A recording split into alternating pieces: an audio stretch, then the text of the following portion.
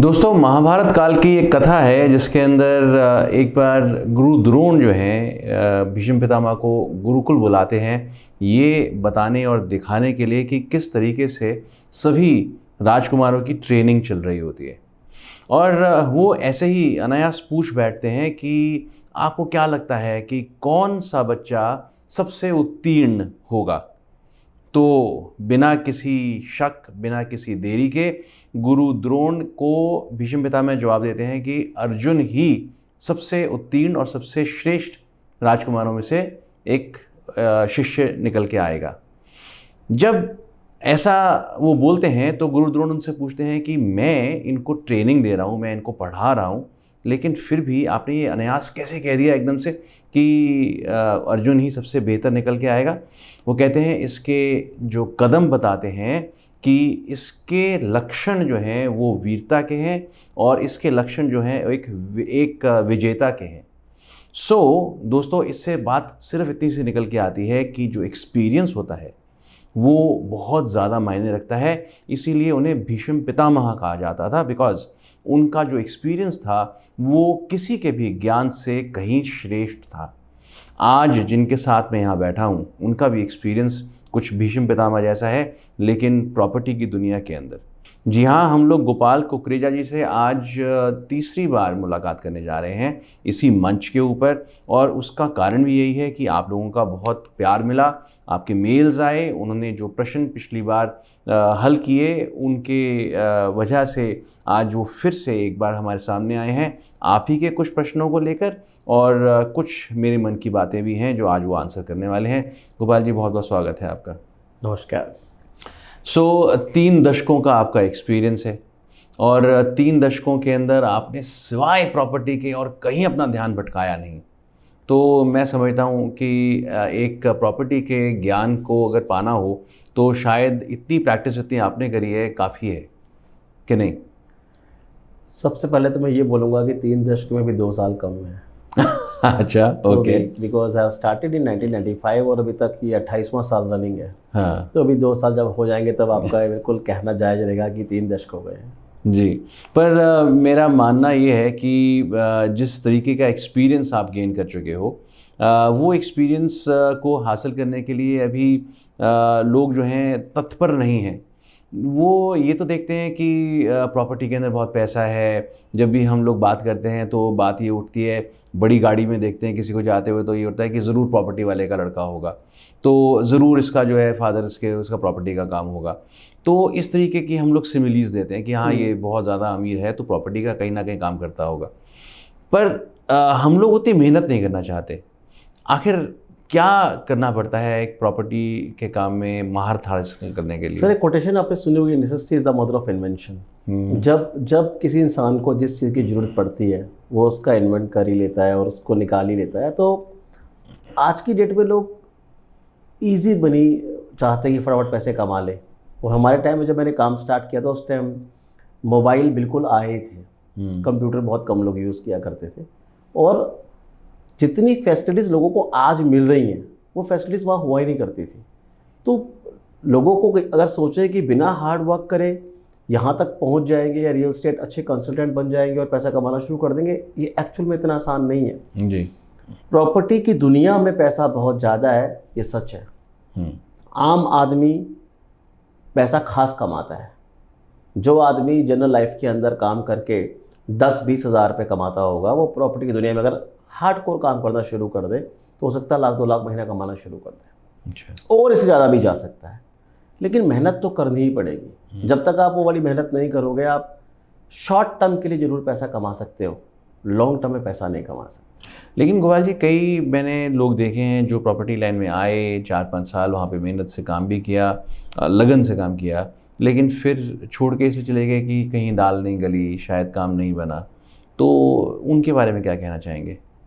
4-5 साल लगाना और 4-5 साल लग के काम करना, इन दोनों बातों में ज़मीन और आसमान का फ़र्क है। जी सर, अब 4-5 साल में मैंने देखा कई लोग सदर बाज़ार की दुकान के अंदर कई लाखों करोड़ रुपए कमा लेते हैं, और वहीं 4-5 साल एक एम्प्लॉय भी लगाता है जो सिर्फ देखता है कि मुझे 6 घंटे टाइम पास करना है, तो वो लोग उतना पैसा कभी भी नहीं कमा पाते। तो टाइम पास करना और टाइम को इस्तेमाल करना, इन दोनों बातों में ज़मीन आसमान का फ़र्क है। लोग कहते हैं कि खाली घूमने से पैसे नहीं आते, मैंने वक्त देखा है जब खाली घूमने से भी पैसे आते हैं। अच्छा, वो कैसे, मैं जानना चाहूँगा।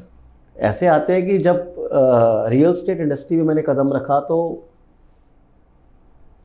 एक रियल स्टेट ब्रोकर बनने के लिए एक रियल स्टेट सर्वेयर होना बहुत ज़रूरी है। अगर आप सबसे अच्छे सर्वेयर हो तो आप बहुत बेहतरीन ब्रोकर बन सकते हो। सर्वे करने के लिए आपको घूमना पड़ेगा, ग्राउंड पे आना पड़ेगा। जिस वक्त आप निकलोगे सर्वे करने के लिए, जिस भी इलाके में आप काम कर रहे हो, ऑब्वियस सी बात है कि आपको उस इलाके का सर्वे करना पड़ेगा, निकलना पड़ेगा, देखना पड़ेगा। देखते वक्त अपनी आंखों का इस्तेमाल आपको किस तरीके से करना है ये आपके ऊपर डिपेंड करता है। आप देख रहे हो कि मैं जिस जगह से जा रहा हूँ, आप उस सड़क को देख रहे हो, उस गली को देख रहे हो, उस ब्लॉक को देख रहे हो, या उस नंबर को देख रहे हो, या उस बोर्ड को भी देख रहे हो जो वहाँ लगा हुआ है। अगर आप एक ही बार में 5 काम कर लें कि आप किसी सेक्टर को देख रहे हो, आप किसी मोहल्ले को देख रहे हो, आप किसी गली को भी देख रहे हो, आप नंबर को भी देख रहे हो और दुकान को भी देख रहे हो कि इस दुकान पे लिखा हुआ है लक्की हार्डवेयर स्टोर, उसके आगे लिखा हुआ है गगन किराना के नाम से दुकान है, उसके आगे लिखा है मदन डेयरी वाला, उसके आगे लिखा हुआ है पीटर टेलर। अगर आप इसके साथ साथ ये भी देख लो तो एक ही बार सर्वे करने में आपको ना कि पहली 4 चीज़ों का ज्ञान होगा कि वो चीज़ें कहाँ की हैं, आपको ये भी ज्ञान होगा कि अगर किसी ने आपसे पूछ लिया कि मुझे हार्डवेयर का दुकान कहाँ मिलेगी, या राइट टेलर कहाँ मिलेगा, या इवन वाइन शॉप कहाँ मिलेगी, तो आप फ्रिक्शन ऑफ सेकंड में सेम सर्वे में बता पाओगे कि ये चीज़ यहाँ मिलेगी। और इस बात पे कुछ लोग इसको सर्विस इंडस्ट्री में यूज़ करने लगे हैं कि ठीक है, मेरे को इन बातों का ज्ञान है तो मुझे आप कुछ पैसे दे दो, मैं आपको इन्फॉर्मेशन दे दूंगा। तो खाली घूमने के पैसे सर आते हैं। बहुत बढ़िया, ये तो बड़ी काम की चीज़ बताई आपने कि सर्वे करें तो सर्वे को एक तरीके से ना करें। हाँ। जब आप जा ही रहे हैं तो आप हर पैरामीटर को देखें। आप आंखों का इस्तेमाल कर ही रहे हैं, अपने व्हीकल का इस्तेमाल कर ही रहे हैं, आप पेट्रोल डीजल समय का पूरा इस्तेमाल करें, तो मुझे लगता है कि 1 घंटे में आप 5 तरीके के काम को करके आप जब दिल से करेंगे जी, तो उस रोड की, उस जगह की आपको दोबारा जाने की जरूरत नहीं पड़ेगी। नहीं, बहुत खूब बताया आपने। लेकिन मैंने कहीं ना कहीं आपसे ही सुना था कि प्रॉपर्टी के काम को करने के लिए पढ़ाई की बड़ी आवश्यकता है। अच्छा, जबकि मिथ ये कहती है कि अगर आप ज़्यादा पढ़े लिखे नहीं हैं तो प्रॉपर्टी का काम क्यों नहीं कर लेते। बड़े बुजुर्ग भी यही सलाह देते हैं घर में कि यार प्रॉपर्टी का काम ही कर लेते हैं, या तेरे को प्रॉपर्टी का काम सिखाता हूँ तो पढ़ाई में तो मन लगाता नहीं है। तो जहाँ आप बात करते हैं प्रॉपर्टी की, वहाँ पढ़ाई लिखाई की आप बात साथ साथ करते हैं, ये परस्पर विरोधी बात है। अगर मैं बात करूँ आपसे 1970, 80, 90 की आज़ादी के बाद की, हाँ। 90 या 2000 तक टाइम था कि जब अब प्रॉपर्टी डीलर लिखा होता था, प्रॉपर्टी एजेंट का बोर्ड लगा होता था, एक कुर्सी और पीछे बैठे हैं आप और 2 कुर्सी सामने लगी हैं। हाँ। लोग आ रहे हैं, आपको लिखवा के जा रहे हैं कि मेरा सेक्टर 16 में इतना नंबर मकान बेच देना। वो बैठ के वेट कर रहा है महीनों ताकि एक बंदा आए और ये बोले मुझे सेक्टर 16 में मकान चाहिए। उस टाइम इतनी डिजिटल सर्विसेज नहीं थी कि जिस टाइम पे आप पोस्टिंग भी कर सकें, सर्च भी कर सकें, आप लोगों के लीड्स भी निकाल सकें। वो टाइम उस टाइम का नहीं था। तो उस टाइम एक बार का था कि आप मकान देखकर आ गए, समझ लिया, उसके बारे में समझ लिया, जो उसने बता दिया वो बात मान ली और सेम बात आपने कन्वे कर दी। तो उस टाइम उतना बड़ा रोल नहीं था। लेकिन आज की डेट के अंदर दुनिया डिजिटल हो चुकी है। आज की डेट के अंदर हर चीज़ आदमी को पहले चाहिए। अगर मैं पढ़ाई लिखाई की बात करूं तो एटलीस्ट आदमी को इतना ज्ञान तो होना ही चाहिए, प्रॉपर्टी की शुरुआत सिर्फ कैलकुलेशन से होती है जी। अगर मैं आज आपके साथ बैठा हूँ स्टूडियो के अंदर, तो स्टूडियो का साइज मैं कहता हूँ कि आज 50 बाय 100 का है, तो 50 बाय 100 के साइज को कैलकुलेट करके अगर गजों में निकालना हो तो कैसे निकालोगे? एटलीस्ट आदमी को ये तो आना ही चाहिए जी कि आपका ऑफिस आज 5000 स्क्वायर फीट का ऑफिस है तो कितने गज का ऑफिस है या कितने मीटर का ऑफिस है, इसकी कैलकुलेशन तो पता होनी चाहिए। तो आज आपको अंडरस्टैंड करना पड़ेगा, छोटे से छोटी दुकान, छोटे से छोटा घर या बड़ी से बड़ी फैक्ट्री या बड़ी से बड़ी एग्रीकल्चर लैंड के लिए आपको उसको मापने की कैलकुलेशन का अंदाज़ा होना चाहिए, तभी जाकर आप इस काम के अंदर आज तक सही शुरुआत कर पाओगे। ये बात बहुत पते की है दोस्तों कि यदि आप किसी काम की बारीकियों को जान लेंगे तो उस काम को बहुत बेहतरीन ढंग से कर पाएंगे। गोपाल जी, अगर मैं आपसे ये कहूँ कि किसी का मन हो चुका है प्रॉपर्टी को एज अ कैरियर बनाने का, पहले स्टेप्स क्या हैं? सबसे पहले तो अगर कोई भी इंसान, चाहे वो रियल एस्टेट इंडस्ट्री से है या नहीं है, या किसी और इंडस्ट्री से, हो सकता है वो इंश्योरेंस इंडस्ट्री से हो सकता है वो कोई और पहले किसी काम में हो, वो रियल एस्टेट कंसल्टेंट बनना चाहता है, तो मैं उसका आज आपके इस मंच से हार्दिक स्वागत और अभिनंदन पहले ही करता हूँ। क्योंकि वो उस दुनिया में कदम रखने वाला है जिस दुनिया में अगर आप ईमानदार हो तो किसी चीज़ की कमी पड़े तो पड़े, पैसे की कमी उस इंसान को नहीं पड़ सकती। तो मैं आपके माध्यम से, आपके चैनल के माध्यम से सबको बताना चाहता हूँ कि दोस्तों, ये वो दुनिया है जिस दुनिया के अंदर अगर आप ईमानदार हो, अगर आप हार्ड वर्कर हो और भगवान ने आपकी किस्मत भी लिखी हुई है, तो ऐसा हो ही नहीं सकता कि आपके पास पैसा ना हो। तो उन लोगों का बहुत स्वागत है, वो आए, इस इंडस्ट्री में कदम रखें, वो अंडरस्टैंड करें कि रियल एस्टेट कंसल्टेंट कैसे बन सकते हैं। मेरी आपसे लास्ट एपिसोड में बात हुई थी कि 28-27 साल जो वक्त मैंने दिया है, मेरी पिछली बार आपसे बात हुई थी, जो वक्त मैंने 27-28 साल दिया है, इस वक्त में जो भी मैंने सीखा उसमें बहुत उतार चढ़ाव देखे, बहुत धक्के खाए, बहुत लोगों की गालियाँ खाई, तब जाके कुछ मैं सीख पाया और आज भी सीखने की कोशिश कर रहा हूँ। लेकिन जितना मुझे सीखने में वक्त लगा, मैं नहीं चाहता अगर कोई लोग रियल एस्टेट इंडस्ट्री में आना चाहते हैं उनको ये वक्त लगे जी। तो ज़रूर मैं कहना चाहूँगा कि हम आज जो ये सीरीज़ शुरू करने वाले हैं, जिसके अंदर हम सरल से सरल भाषा का इस्तेमाल करेंगे और ये भी चाहेंगे कि कोई आम आदमी किसी भी इंडस्ट्री के अंदर है, अगर वो प्रॉपर्टी के काम में आना चाहता है और पैसा कमाना चाहता है, तो इस सीरीज़ के बाद, ये पहली सीरीज़ है, आप लगातार देखते जाएं, आपको एक आम आदमी से एक खास आदमी ये सीरीज़ बना देगी। ये कपूर साहब के माध्यम से, इनके चैनल के माध्यम से आप देखते जाएं कि लोगों का क्या भला करने वाले हैं। आज जो लोग देख रहे हैं इस टीवी पे या किसी भी चैनल पे या किसी माध्यम पे, उन लोगों को शायद अंदाज़ा नहीं है कि ये सरल भाषा में किया गया प्रोग्राम एक आम आदमी को आम से खास बनाएगा। अगर आप 100 रुपये कमाते हैं महीने के, तो आप लाखों करोड़ों तक पहुंच सकते हैं सिर्फ इस सीरीज़ के माध्यम से। तो अब आती है बात कि रियल एस्टेट कंसल्टेंट अगर आपको बनना है तो शुरुआत कहाँ से करें। जी देखो, मैं आज अगर जो भी मैंने पढ़ाई करी है, या जो भी मैंने काम किए हैं, जो भी मेरा एक्सपीरियंस है, वो एक्सपीरियंस मेरे काम का है। मेरी पढ़ाई मैंने अपने तरीके से करी है। अगर मुझे आज फोटोग्राफ़र बनना है तो मुझे फोटोग्राफ़र, जो भी मुझे सिखाने वाला मेरा टीचर है, गुरु है, समझाने वाला है, ज्ञान देने वाला है, मुझे पास जाकर उसकी भाषा उसके तरीके से अंडरस्टैंड करनी पड़ेगी। आपको नया काम करना चाहते हैं तो नए काम में जो भी नया काम कर रहे हैं, उस नए काम को सीखने के जो भी पैरामीटर हैं, उन पे सबसे पहले आपको मन को बनाना पड़ेगा। सबसे पहले चाहिए आपकी विल।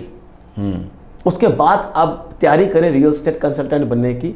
अगर ऊपर वाले ने आपको पैसा कमाने के लिए सक्षम बनाया है और आपकी किस्मत पे पैसा लिखा है और आपकी विल बन चुकी है, तो स्किल तो आ ही जाएगी। तो पहले साथ में मैं ऐड करना चाहूँगा कि अगर ये सब चीज़ें हैं तो इसका मतलब प्रॉपर्टी के काम को चुन चुके हैं। हाँ, मतलब अगर आपकी विल है और आप चुन चुके हैं, तो आप सबसे पहले आप क्या सीखें? सबसे पहले आप कैलकुलेशन सीखें। आप प्रॉपर्टी की दुनिया में कैटेगरी एक नहीं है। प्रॉपर्टी की दुनिया में आप देख रहे हैं कि आप किसी घर की बात करते हैं, किसी मकान की बात करते हैं, किसी फैक्ट्री की बात करते हैं, किसी खेत की बात करते हैं, किसी स्कूल की बात करते हैं, किसी नर्सिंग होम की बात करते हैं, तो लोग उसको प्रॉपर्टी की नज़र से देखते हैं कि हाँ ठीक है। लेकिन वहाँ पर आपको अलग अलग कैटेगरीज में उसको डिवाइड करना पड़ता है। रेजिडेंशियल अलग है, कमर्शियल अलग है, इंडस्ट्रियल अलग है, एग्रीकल्चरल अलग है, इंस्टीट्यूशनल अलग है, नर्सिंग होम और हॉस्पिटल्स अलग हैं। इवन रेजिडेंशियल के अंदर अगर हम बात करें तो प्लॉट अलग है, फ्लैट अलग है, फ्लोर अलग है, कोठी अलग है, पेंट हाउस अलग है। अगर आप कमर्शियल के फॉर्म में बात करें तो शॉप अलग है, ऑफिस अलग है, आईटी अलग है। 6 नहीं 7 तरीके कमर्शियल प्रॉपर्टी को अलग अलग डिफाइन करने के, कि आप खाली शॉप नहीं है, खाली ऑफिस नहीं है। लेकिन अगर आप देखेंगे आता किस में है, तो कैटेगरी कमर्शियल है। अगर आप इंडस्ट्रियल की बात करेंगे तो उसमें वर्कशॉप अलग है, फैक्ट्री अलग है। अगर मैं बड़ी बड़ी टाउनशिप की बात करूं, सरकार द्वारा काटे गए जो टाउनशिप हैं, जैसे HSIDC ने IMT काटा है, IMT मानेसर काटा, IMT फरीदाबाद काटा, IMT सोना काटा है, ऐसे इंडस्ट्रियल मॉडल टाउन काटे हैं। तो इंडस्ट्री की परिभाषा में भी शेड भी और फैक्ट्री भी है, इवन इंडस्ट्रियल लैंड भी है। अगर मैं इंस्टीट्यूशनल की बात करूं तो उसके अंदर भी अलग अलग पैरामीटर्स हैं। अगर मैं आज आपसे एग्रीकल्चर की बात कर लूं तो फॉर्म लैंड अलग है, फॉर्म हाउस अलग है, और उसके बाद एग्रीकल्चर लैंड जो है वो अलग है। ये पार्ट तो उसी का ही आता है घूम फिर के। तो आपको अंडरस्टैंड करना पड़ेगा कि प्रॉपर्टी के अंदर कौन कौन सी कैटेगरीज हैं। अच्छा, रेजिडेंशियल भी है, कमर्शियल भी है। क्या इन सब कैटेगरी को आप एक ही दिन में पानी में डालकर घोल कर पी जाओगे? ऐसा तो पॉसिबल नहीं है जी। तो जब हमने शुरुआत करी तो सारी कैटेगरी उस टाइम भी स्टैंड करती थी, लेकिन मैंने चुना लीजिंग को। अच्छा, सबसे पहले मैंने लीजिंग को चुना, उससे पहले मैंने कैलकुलेशंस को अंडरस्टैंड किया। जहां मैंने बात शुरुआत करी थी आपसे कि जब तक आपको ये नहीं पता होगा कि एक गज में 9 फीट होते हैं, तब तक आप आगे ही नहीं बढ़ सकते। अगर कोई 10 बाय 10 का कमरे की बात ही कर लूँ तो 100 फुट को डिवाइड बाय 9 जब तक आप नहीं करोगे, आप स्क्वायर यार्ड नहीं निकाल पाओगे। अगर मैं बड़ी बात कर लूँ कि जब आप एग्रीकल्चर लैंड काम करने के लिए चले जाओगे, वहाँ पर आपको यही नहीं पता होगा कि 1 हेक्टेयर में एकड़ कितने हैं। तो आज आपके चैनल के माध्यम से मैं आपको बता देता हूँ लोगों को कि 1 हेक्टेयर में लगभग 2.5 एकड़ होते हैं, 2.47 होते हैं एग्जैक्टली, लेकिन मैं 2.5 एकड़ की बात कर लेता हूँ। अगर मैं बोलूँ कि 1 हेक्टेयर में आप चाहें तो मैं ये भी कहूँगा जो लोग रियल एस्टेट इंडस्ट्री में आना चाहते हैं लिख लें, सब कुछ बदल जाएगा, ये कैलकुलेशंस नहीं बदलेगी। तो 1 हेक्टेयर के अंदर 2.5 एकड़ होते हैं। 1 एकड़ के अंदर 4839.85 गज होते हैं, हम उसको 4840 कह देते हैं, 4840 गज होते हैं। 1 एकड़ के अंदर 4000 मीटर होते हैं। 1 गज के अंदर 9 फीट होते हैं, और आप लोगों को बताओगे 1 फीट के अंदर 12 इंच होते हैं। अब 1 इंच में कितने सेंटीमीटर होते हैं, ये तरीका मैंने आपको बता दिया। एटलीस्ट अगर आपको अपनी हाइट भी देखनी है तो आप, अब पुराना इंची टेप यूज़ करते थे हम लोग घर में, लोग देखते हैं ऊपर से नीचे तक कि मेरी हाइट 5 फुट 8 इंच है, तो अब ये देखें कितने सेंटीमीटर है।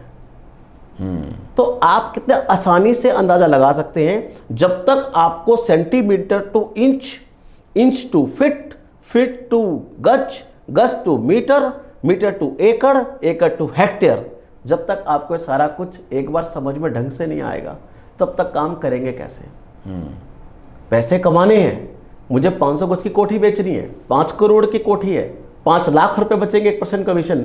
वो 500 गज की कोठी का फ्रंट बैक क्या है, उसकी विड्थ कितनी है, उसकी डेप्थ कितनी है, विड्थ को डेप्थ से गुणा करके 9 से भाग करके गज निकाल के बोल तो पाओगे कम से कम कि कोठी मेरी 4500 फुट की कोठी टोटल बनती है, तो करीबन आज 900 से डिवाइड कर दोगे तो 500 गज की कोठी है। तो मैं सिर्फ ये कहना चाहता हूँ कि आप रियल एस्टेट इंडस्ट्री में कंसल्टेंट बनना चाहते हैं, बहुत अच्छी बात है, पैसा कमाना चाहते हैं, ये और अच्छी बात है, लेकिन कम से कम इन छोटी छोटी कैलकुलेशंस को एक बार आप अंडरस्टैंड कर लें, ताकि आगे काम करना बड़ा आसान हो जाए जी। तो पहला आपके माध्यम से और आपके चैनल के माध्यम से जो भी लोग इस प्रोग्राम को देख रहे हैं उनको मैं ये कहूँगा, नंबर 1 कैलकुलेशंस, नंबर 2 पे अब आपकी चॉइस है कि आप रियल एस्टेट इंडस्ट्री के अंदर सेल परचेज में आना चाहते हैं या लीजिंग में। अगर आप मेरे से पूछेंगे कि करना क्या चाहिए, तो मैं कहूँगा पहले आपको लीजिंग में कुछ टाइम काम करना चाहिए, क्योंकि सेल परचेज के अंदर ट्रांजेक्शन वैल्यू ज़्यादा होती हैं। वहाँ पर आप इनिशियल स्टेज पे टोकन देते हैं, फिर एडवांस देते हैं, एग्रीमेंट टू सेल करते हैं, फिर रजिस्ट्री कराते हैं, फिर मोटेशन कराते हैं, या हुडा की प्रॉपर्टीज़ के अंदर FTL कराते हैं। जो भी फॉर्मेलिटीज़ हैं, उन सारी फॉर्मेलिटीज़ को हाई वैल्यू ट्रांजेक्शन के साथ करना पहली बार में आपके लिए हो सकता है थोड़ा आसान ना हो। तो शुरुआत आप लीजिंग से करें, चाहे रेजिडेंशियल से करें, चाहे कमर्शियल से करें, आपको धीरे धीरे धीरे कैलकुलेशंस आनी समझ में शुरू हो जाएंगी। अगर मैं आज एग्जाम्पल रेजिडेंशियल का ही ले लूँ, तो आपको 1 रूम, 2 रूम, 3 रूम, आपको कोठी, फ्लोर आपको अंडरस्टैंड होने शुरू हो जाएंगे। कैलकुलेशंस आप अंडरस्टैंड कर चुके हैं, कितने बाय कितने की कोठी है, कितने बाय कितने का फ्लोर है, कितने बाय कितने के रूम है, कम से कम ये आपको लगाना शुरू हो जाएगा। उसका क्या रेंट है, अगर मैं पर स्क्वायर फीट में रेंट की बात करूं तो भी कैलकुलेशन ही आएगी। किसी का 1000 फुट का अगर कोई घर है और 35,000 रुपये किराया है, तो एटलीस्ट बंदा ये निकाल ही पाएगा कि मेरा पर स्क्वायर फीट का रेंट इतना आ रहा है। तो लीजिंग से काम शुरू करेंगे, थोड़ा थोड़ा काम शुरू करें, फिर आप रेजिडेंशियल में चाहे पूरी बड़े टावर तक चले जाएं, अपार्टमेंट तक चले जाएं, कोई प्रॉब्लम नहीं आएगी। अगर आपका मन है कि आप कमर्शियल से शुरू करना चाहते हैं तो आप लीजिंग शुरू करवाएं, आप शॉप से शुरू करवाएं और शोरूम से शुरू कराएं, छोटी मार्केट से शुरू कराएं, किसी मॉल को पकड़ लें, अपने इलाके को पकड़ लें। एटलीस्ट धीरे धीरे धीरे धीरे सर्वे करें, सर्वे करें, सर्वे करें। ये 3 बार मैंने बोला है। अगर आप अच्छे सर्वेयर हो तो आपको अच्छा ब्रोकर बनने से कोई भी नहीं रोक सकता। जितना सर्वे आपका स्ट्रॉन्ग होगा उतनी नॉलेज आपकी ज़्यादा होगी, जितनी नॉलेज आपकी ज़्यादा होगी उतना कॉन्फिडेंस आपका हाई होगा, जितना कॉन्फिडेंस आपका हाई होगा सक्सेस रेशियो आपका उतना ही ज़्यादा होगा। गोपाल जी, अभी आपने कहा कि एक लीजिंग से शुरू करें, तो क्या इसके पीछे ये भी मतलब है कि जो भी नया व्यक्ति प्रॉपर्टी की लाइन में आता है और उसका कोई उस लाइन में गॉडफादर नहीं है अगर, तो किसी भी बड़ी डील को करने के लिए एक गुडविल फैक्टर का होना बहुत ज़रूरी होता है। तो इसलिए भी शायद लीजिंग आपने कही कि धीरे धीरे करके जब मार्केट में अपनी पहचान लीजिंग से बना लेगा तो उसको बड़े डील्स के लिए भरोसा करने लायक बन जाएगा। प्रोफाइल बिल्डिंग तो मैं कहूँगा का ही रोल है ही है। आपने अगर कोई लीज का ही काम किया है, रेंट का ही काम किया है, टूलेट के लिए काम किया और आपने ये बोला है कि ठीक है मैंने लास्ट मंथ 5 डील करी, 3 करी, 2 करी, 1 साल बाद यही डील आपकी 60 होंगी। तो जिस वक्त खाली फ़ायदा ये नहीं है कि आपको लीजिंग से एक्सपीरियंस या प्रोफाइल बिल्डिंग हो जाती है, सबसे बड़ा फ़ायदा ये कि आपको सेल परचेस करने का बेस मिल जाता है।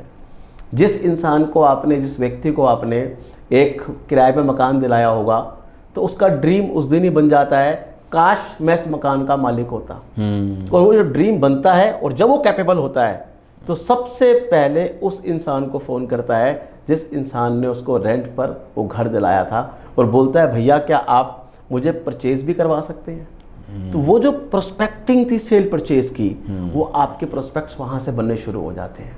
आपने मेहनत तो करी थी किराए के लिए, आपने मेहनत करी थोड़े पैसों के लिए, लेकिन वो आपका बेस तैयार हो जाता है। अगर आप 1 साल टूलेट सर्विस का काम कर लेते हैं, किराए का काम कर लेते हैं, तो उस 1 साल बाद आप देखेंगे कि धीरे धीरे धीरे आपकी सेल परचेज की पाइपलाइन बननी शुरू हो जाएगी, चाहे वो रेजिडेंशियल हो चाहे वो कमर्शियल हो। मन लगा के काम अगर किसी पर्सन ने लीजिंग में, रेंट में, किराए में, आप जो भी मान लें, शब्दों को ना समझ के भाव को ही समझ लें, तो मैं सिर्फ ये कहूँगा शुरुआत करें।